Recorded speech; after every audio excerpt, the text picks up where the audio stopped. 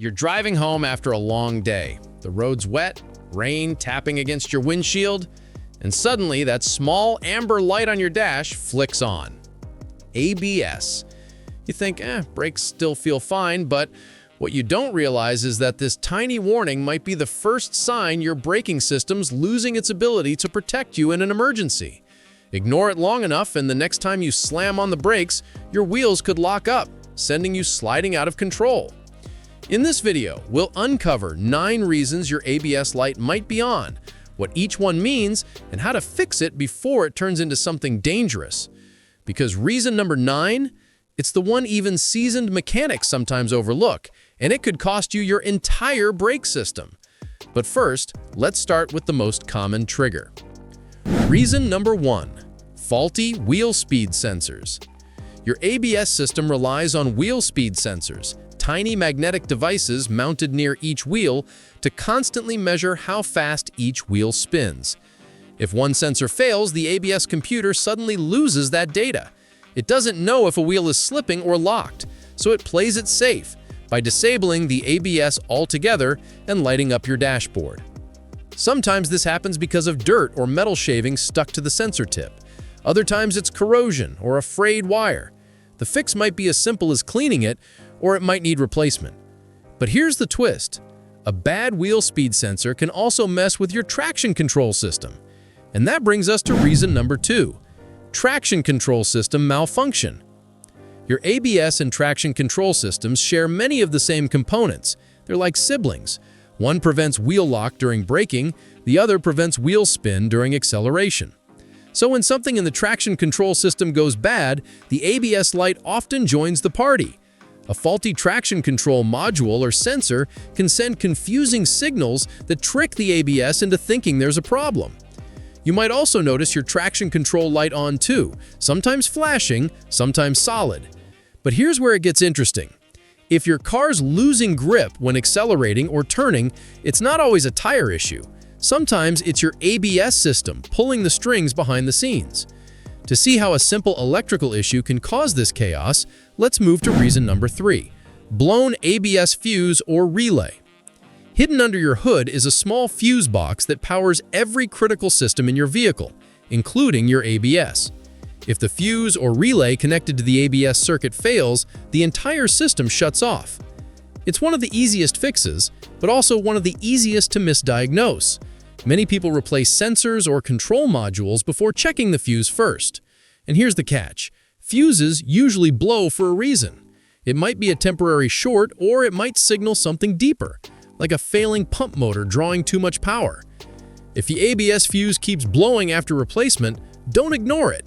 That's the system warning you that a bigger electrical issue is brewing. And speaking of power, what happens when the ABS pump itself goes bad? Reason number 4, failed ABS pump or motor. Every time your ABS activates, that rapid pulsing you feel in the brake pedal is powered by a hydraulic pump and motor. It releases and reapplies brake pressure in milliseconds to prevent wheel lock. Over time, that pump wears out, especially if you drive in areas with salted roads or moisture that causes corrosion. When it fails, the system can't regulate brake pressure anymore, so the ABS light pops on immediately. A failing ABS pump can also cause an odd humming noise when braking or longer stopping distances under hard braking. And this problem gets worse when combined with reason number 5, something most people don't think affects the ABS at all. Reason number 5, low brake fluid level.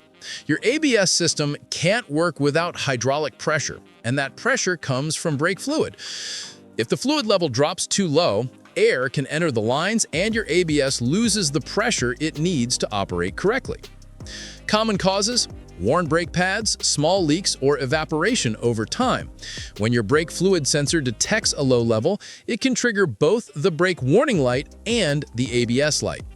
Topping off the reservoir might make the light go away temporarily, but if the fluid keeps dropping, you've got a leak somewhere that needs immediate attention.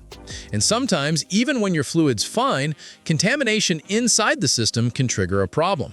Reason number 6, contaminated or old brake fluid. Brake fluid isn't something most drivers think about, but it absorbs moisture over time. That moisture lowers its boiling point and causes corrosion inside the ABS components.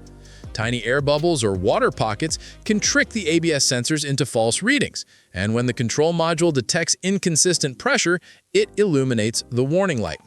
If your brake fluid hasn't been flushed in years, it might look dark and dirty, a sure sign it's time for a change.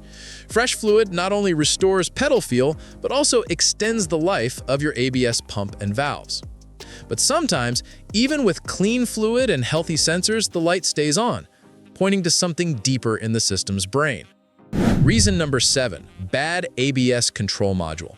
Think of the ABS control module as the system's command center. It takes input from wheel sensors, fluid pressure readings, and the brake pedal and decides when to apply or release brake pressure. When the module starts to fail, it can't process that data correctly. You might get an intermittent ABS light, a flashing warning, or a complete loss of ABS function. Sometimes this happens from internal corrosion caused by moisture intrusion. Other times, it's a software fault or poor electrical grounding. The scary part, a bad control module can mimic the symptoms of every other issue on this list. That's why mechanics use specialized scanners to read the ABS fault codes before replacing anything. And while the module handles the brain work, the next issue is all about the wiring that connects it. Reason number 8, damaged wiring or loose connections.